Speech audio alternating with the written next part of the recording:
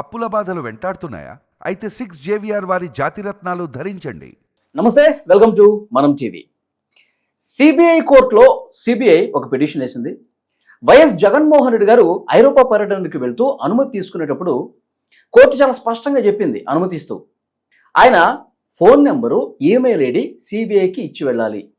అంటే జగన్మోహన్ రెడ్డి గారు తన నెంబర్ కాకుండా వేరే వాళ్ళ నెంబర్ ఇచ్చారు. సిబిఐ దాన్ని గుర్తించి కోర్టులో పిటిషన్ ఇచ్చినటువంటి పరిస్థితుంది. అనుమతి రద్దు చేయాలని చెప్పి వాదనలు ప్రస్తుతం వినిపిస్తున్న పరిస్థితుంది. జగన్మోహన్ రెడ్డి గారు ఎందుకు తనకు సంబంధించినటువంటి డీటెయిల్స్ ఇవ్వటంలో ఎందుకు తాత్సారం చేశారు? ఎందుకు కోర్టుని తప్పుదోవ పట్టించిన పరిస్థితుంది? ఎందుకు మిస్ఇన్ఫర్మేషన్ ఇచ్చినటువంటి పరిస్థితుంది? ఇప్పుడు రద్దు చేస్తే పర్యటన, ఆ తర్వాత బెయిల్ కూడా రద్దయ్యే అవకాశం ఉందా? దీని మీదే ప్రస్తుతం చర్చ అంతా జరుగుతుంది. సో దీని గురించి మనం మాట్లాడతాం. మనం ఈరోజు ఆదిరెడ్డి గారితో ఉన్నాం. ఆయన తెలుగుదేశం పార్టీ జాతీయ నాయకులు, తెలుగుదేశం పార్టీ ఫైర్ బ్రాండ్ కూడా. దీని మీద వారు ఎలా స్పందిస్తారో చూద్దాం. ఆదిరెడ్డి గారు నమస్కారం సార్. నమస్కారం అండి. ఆదిరెడ్డి గారు, జగన్మోహన్ రెడ్డి గారు ఐరోపా పర్యటనకి, అంటే దేశం విడిచి బయటికి వెళ్ళడానికి డెఫినెట్గా కోర్టు పర్మిషన్ తీసుకోవాలి, అట్లాగే తీసుకున్నాడు. కానీ కోర్టు చెప్పింది ఎక్కడ కూడా పాటించట్లేదు సార్. సిబిఐ అధికారులు ఏదైనా ఫోన్ చేసి మాట్లాడాలన్నా, ఆయన ఉన్న కేసులకు సంబంధించి ఏదైనా ఫర్దర్గా ముందుకెళ్లాలన్నా ఆయనతో కాంటాక్ట్ అవ్వాలి. కానీ అట్లా కాకుండా ఉండటం కోసం ఈయన ప్రయత్నాలు చేస్తూ ఉన్నాడు. నెంబర్ కూడా ఇష్టం వచ్చినట్టుగా వాళ్ళ పార్టీలో ఉన్నటువంటి కార్యకర్తల నెంబర్లో వేరే నెంబర్లో ఇస్తున్నట్టుగా తెలుస్తోంది. అంటే దీన్ని ఏ విధంగా చూడాలి? ఆయన కేసులు ఉన్నప్పుడు కోర్టు చెప్పింది వినకుండా ఈ విధంగా చేయటాన్ని, అంటే ఆయనలో ఒక భయం ఏమైనా కనిపిస్తుందా, లేకపోతే కోర్టుని తప్పుదో పట్టించడాన్ని మీరు ఎలా అర్థం చేసుకున్నారు? ముందుగా మీ మనం టీవీ యాజమాన్యానికి, సిబ్బందికి, మనం టీవీ ప్రేక్షకులందరికీ దీపావళి శుభాకాంక్షలు. Thank you sir. రెండవది, ఇప్పుడు మీరు అడిగినారు జగన్మోహన్ రెడ్డి సిబిఐ కోర్టులు అంటే న్యాయస్థానాల్ని తప్పుదోవ పట్టిస్తూ ఈరోజు తన యొక్క ఏదైతే కార్యక్రమంలోనే దాన్ని కొనసాగిస్తున్నాడు. అసలు జగన్మోహన్ రెడ్డి అనేవాడు ఎక్కడి నుంచి పుట్టినాడండి? జగన్మోహన్ రెడ్డి పార్టీ యాడ్ నుంచి పుట్టినది, జగన్మోహన్ రెడ్డి యాడ్ నుంచి వచ్చినాడు. జైలు గోడల మధ్య పుట్టిన పార్టీ వైఎస్ఆర్సీపీ పార్టీ, యువజన శ్రామిక రైతు పార్టీ. దాన్ని గత 5 సంవత్సరాల ఆ పార్టీ పేరు మార్చుకొని ఏ విధంగా మాట్లాడారో, ఏ విధమైన కార్యక్రమాలు చేశారు చూసాం. అందుకే యువజన శ్రామిక రైతు పార్టీ అలా యువజన శృంగార రసకామ పార్టీ అని చెప్పేసి 5 సంవత్సరాలు అదే కదా జరిగింది. ఇతనితో పాటు ఇతనితో ఉండే మంత్రివర్గ సహచరులు కానివ్వండి, ఆ పార్టీలో ఉండే ఉన్నతమైన పదవుల్లో ఉండే వ్యక్తులు కానివ్వండి, మాజీ పార్లమెంట్ సభ్యులు కానివ్వండి, ఎమ్మెల్యేలు కానీ, మంత్రులు కానీ ఏ విధమైన దుర్మార్గం గత 5 సంవత్సరాలు ఏ విధంగా చేశారు చూసాం. అంటే విత్తు మంచిదైతే చెట్టు మంచిదని చెప్పి మన పెద్దోళ్ళు అంటూ ఉంటారు. ఏ విత్తనం వేస్తే అదే చెట్టు మంచిదవుద్దని చెప్పేసి. జగన్మోహన్ రెడ్డి అనేవాడి ఫేక్ మనిషి.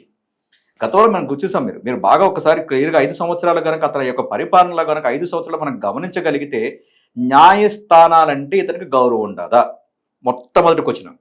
5 సంవత్సరాల్లో కూడా అమరావతి రాజధాని కోసం ఆ యొక్క ప్రాంత ప్రజలు కానీ, రాష్ట్ర ప్రజలు కానీ, మా రాష్ట్ర రాజధాని అమరావతిలోనే కట్టండి, మేము తల్లి కన్నా మిన్నగా పెంచి మా ప్రాణం కన్నా మిన్నగా ప్రేమించే భూమిని ఈ యొక్క ప్రభుత్వానికి మేము విరాళంగా ఇస్తే, అంటే మేము ఒక ప్రభుత్వానికి ఇచ్చే రాజధాని లేని రాష్ట్రంగా ఆనాటి కాంగ్రెస్ పాలకులు చేస్తే, మేము స్వచ్ఛందంగా వచ్చి ఏ ప్రాంత ప్రజలు రాకుండా ఆ ప్రాంత ప్రజలు వచ్చి మా యొక్క ఇక్కడే రాజధాని కట్టని చెప్పి ఆ యొక్క భూముల్ని సమర్పించి మేము ప్రభుత్వాన్ని నమ్మి మీకు ఇస్తే, మీరు అధికారంలోకి వచ్చింది, అధికారం రాకముందు ఒక మాట మాట్లాడినారు, అధికారం వచ్చిన తర్వాత ఒక మాట మాట్లాడారు, ఒక్క ఛాన్స్ అని చెప్పేసి.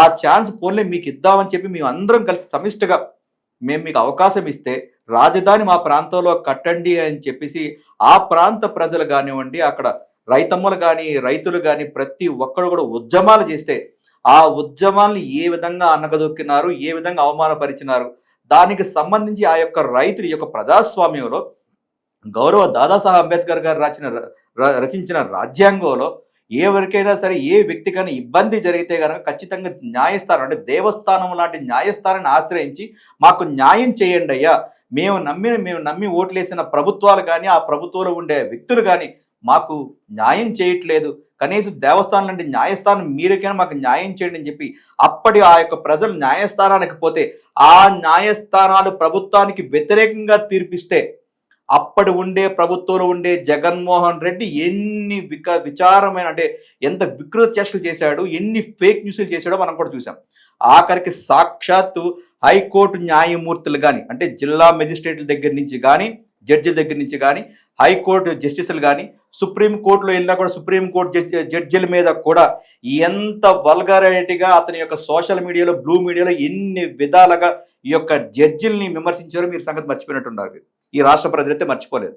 సాక్షాత్ సుప్రీంకోర్టు సీజే గారు కూడా ఈ యొక్క పార్టీ వ్యక్తులు ఎక్కడ ఉన్నా సరే మా ముందుకు తీసుకురండి అని చెప్పి ఆనాటి పోలీసు వ్యవస్థని ఆదేశిస్తే, అంటే మన గవర్నమెంట్ ఉన్నంత వరకు, జగన్మోహన్ రెడ్డి సీఎంగా ఉన్నంత వరకు ఏ పోలీస్ అధికారి అయినా సరే ఆ పార్టీకి సంబంధించిన కార్యకర్తలను కానివ్వండి, జడ్జిలు అంటే న్యాయమూర్తులు అంటే ఎవరండి, సాక్షాత్ దేవస్థానంలో కూడా ఉండే దేవుళ్ళలాగా మనం ప్రశ్న. ఎందుకంటే న్యాయస్థానంలో ఎవరికి పోయినా సరే ఆ యొక్క న్యాయపీఠం మీద కూర్చునే వ్యక్తులకి మనం 2 చేతులను నమస్కరించి మనం న్యాయం చేస్తారనే ఉద్దేశంతో వాళ్ళకి ఒక దైవంగా భావించే వ్యక్తుల్ని కూడా వీళ్ళు ఎంత వికృత చేష్టలు చేశారో, ఎంత అవహేళన మాట్లాడేది గత 5 సంవత్సరాలు మనం కోర్టుల మీద గౌరవం లేదు. అంటే దీన్ని బట్టి మీరు అర్థం చేసుకోవాల్సింది ఏంటంటే, న్యాయస్థానాల మీద జగన్మోహన్ రెడ్డికి గౌరవం ఉండదా? దానికోసమే తను ఏదైతే యూరోప్ పర్యటనకు పోతున్నప్పుడు ప్రతి శుక్రవారం అతనికి షరతులతో కూడిన బెయిల్ ఇవ్వడం జరిగింది. ఈ ఖైదీ నెంబర్ 6093 అనేటువంటి ఆంధ్ర దావుద్ నెంబర్ అదే కదండి, చెంచలగూడ జైల్లో నెంబర్ అతను 6093. మీరు గూగుల్లో కొట్టినా కూడా 6093 అనే వస్తుంది. Who is the most corrupt person in India అంటే కనుక ఎదుగూరి సత్యన్ జగన్మోహన్ రెడ్డి పేరు వస్తుంది. 6093 అనగానే వైఎస్ జగన్మోహన్ రెడ్డి పేరు అయితే వస్తుంది కదా. ఈ 6093 అనే వ్యక్తి షరతులతో కూడిన బెయిల్ పొందిన తర్వాత గడిచిన 13-14 సంవత్సరాల్లో ప్రతి శుక్రవారం న్యాయస్థానం దగ్గరికి వెళ్ళి అటెండ్ అవ్వాల్సిందా లేదా? అదే కదా తన షరతులు. కానీ తను ఏదైతే న్యాయస్థానాలని ఏ విధంగా మభ్యపెట్టాడో ఈ 13 సంవత్సరాలు పెట్టి మనం చూడడం జరిగింది. ముఖ్యమంత్రి హోదాలో లేనప్పుడు నేను ప్రతిపక్ష హోదాలో ఉన్నాను, నేను అసలు ప్రజల దగ్గరికి నేను వెళ్ళకపోతే కనుక ప్రజలు ఆపసోపాలు పడిపోతున్నారు, నాకు అవకాశం రాదు, నాకు రావని చెప్పి రకరకాల వాయిదాల మీద వాయిదాలు వేసుకుని, పిటిషన్లు వేసుకుని గడిచిన 13 సంవత్సరాలు పెట్టి కాలం ఎలగొట్టు కూడా వస్తున్నాడు ఈ జైలు పక్షి, ఈ బెయిలు పక్షి. రెండవది, న్యాయస్థానాల్ని తప్పు పట్టడం అనేది క్షమించరాని నేరం. ఎందుకంటే నీ బెయిల్ షరతులు అదే ఊరుకుంది. గతంలో ఇతను ముఖ్యమంత్రి స్థాయిలో ఉన్నప్పుడు కూడా ఒక ప్రముఖ ఛానల్కి ఇతను ఒక ఇంటర్వ్యూ ఇవ్వడం జరిగింది. ఆ యొక్క ప్రముఖ ఛానల్లో ఇంటర్వ్యూ ఇచ్చినప్పుడు, సార్ మీకు ఏదైనా ఇబ్బంది వస్తే కనుక, అంటే మీ ప్రజలకు ఏమైనా ఇబ్బంది వస్తే కనుక ఒక సీఎం ఏ విధంగా జరగాలంటే ఏముంటుంది, మామూలుగా నాకు అవకాశం ఉంటుంది అని. సరే ఏ వ్యక్తి అయినా ఇప్పుడున్న ప్రజెంట్ డిజిటల్ టెక్నాలజీ ఉంది కదా సార్, ఏ విధంగా మేము అప్రోచ్ అవ్వాలంటే, నా దగ్గర ఎటువంటి ఫోను లేదు, నేను ఫోను వాడను, నేను టీవీ చూడను, నేను కంప్యూటర్ చూడను, నేను ఈమెయిల్ పెట్టనని చెప్పి అన్న యొక్క గొప్ప మహా నటుడు ఎవరైనా ఉన్నారంటే ఆంధ్ర రాష్ట్రంలో యువజన శ్రామిక రైతు పార్టీ అధ్యక్షుడైనటువంటి పులివెందుల శాసనసభ్యుడు జగన్మోహన్ రెడ్డి, అవునా కాదా?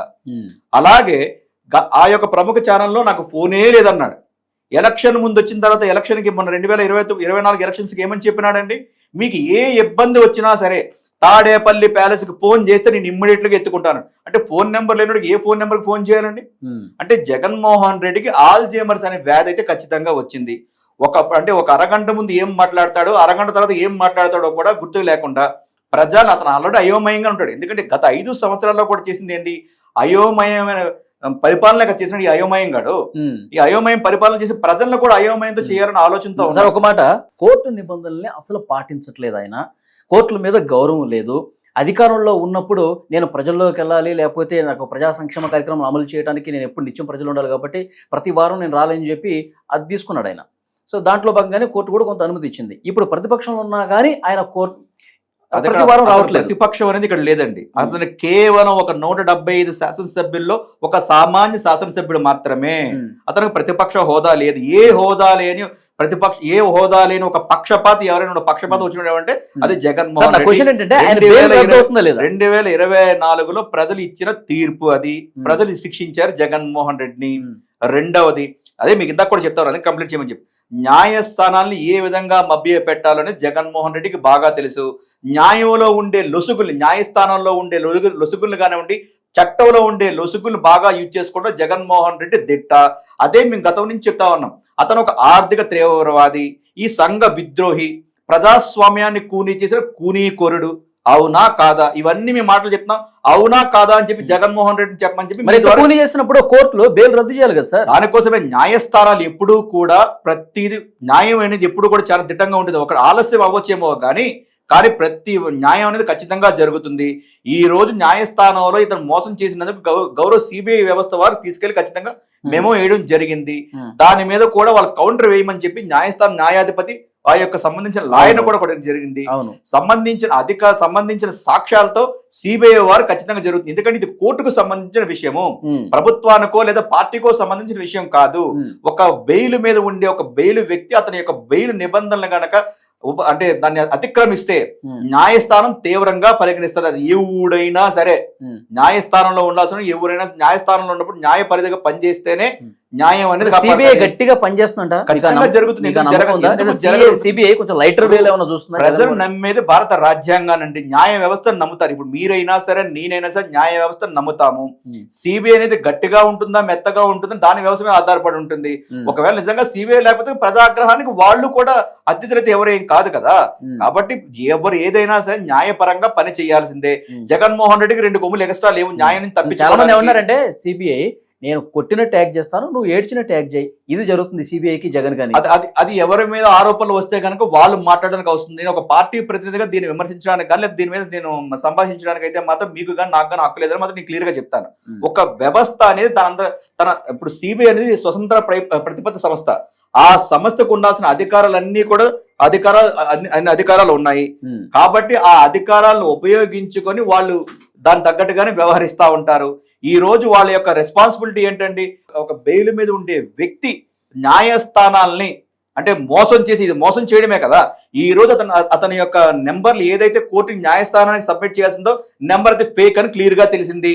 ఈమెయిల్ ఐడి అన్నారు, నువ్వు ఎక్కడెక్కడ స్టే చేస్తావో యూరోప్ లో కానీ లేకపోతే అతను ఏదైతే ప్రదేశాలకు వెళ్తారో ఆ ప్రదేశాలన్నీ కూడా ఆ యొక్క వివరాలన్నీ కూడా న్యాయస్థానానికి సమర్పించాలని చెప్పి క్లియర్ కట్ గా అతనికి ఇచ్చిన షరతుల్లో ఉందా లేదా, దాన్ని ఆ విధంగా చేయట్లేదంటే కనుక సిబిఐ ఖచ్చితంగా దాని మీద వివరణ తీసుకోవాలి.